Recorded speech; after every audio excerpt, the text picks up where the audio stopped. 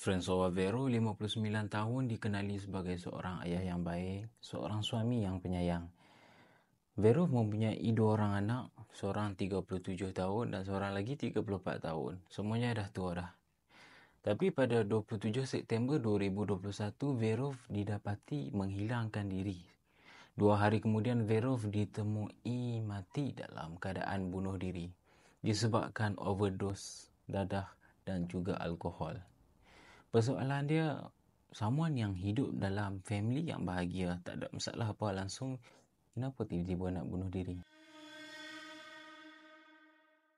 Sebelum kita cerita apa sebenarnya yang terjadi pada Verov, kita kena flashback balik 40 tahun ke belakang.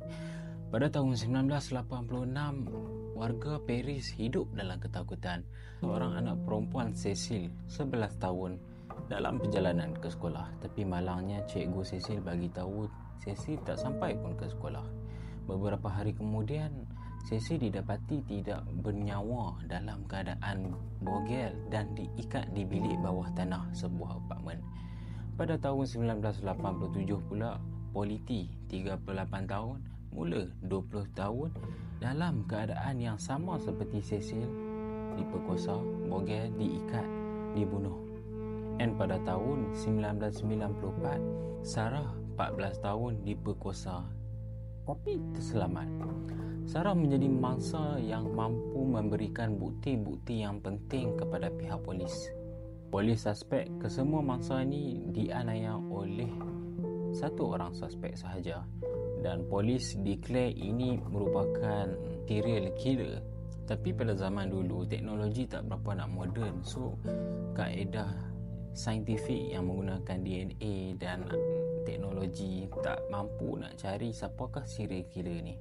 Tapi polis dapat detect ini kerja serial killer sebabkan dia ada pattern yang sama, iaitu dibogelkan dan diikat. Now kita fast forward balik ke tahun 2021 ketika mayat Verov ditemui.